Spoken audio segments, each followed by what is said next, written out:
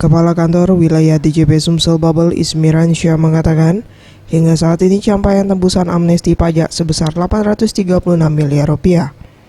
Yaitu pada periode pertama teks amnesti DJP Sumsel Bubble sebanyak 795 miliar rupiah dan di periode kedua baru mencapai 41 miliar rupiah.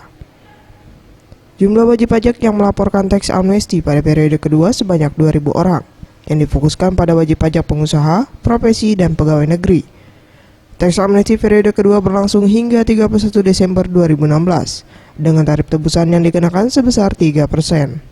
Jadi kalau sampai sekarang sekalian aja langsung jumlahnya baru di periode kedua sekitar 41 miliar.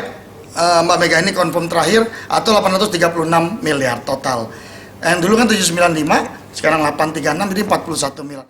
Untuk mencapai target yang telah ditetapkan, DJP Sumsel Bubble terus melakukan upaya sosialisasi ke semua kalangan, mulai dari masyarakat umum, pengusaha, hingga pejabat. Selain itu juga, DJP Sumsel Bubble juga melakukan kerjasama dengan Pemkot Palembang bersama kecamatan untuk melakukan sosialisasi teks amnesti kepada pelaku UMKM. Warga yang UMKM-nya juga antusiasnya lumayan cukup besar mendatangi ini aula kemarin acara sosialisasi dari pajak.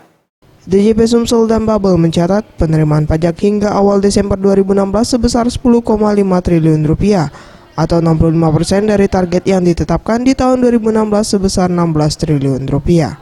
Mega Dwi Handayani, Sriwijaya TV.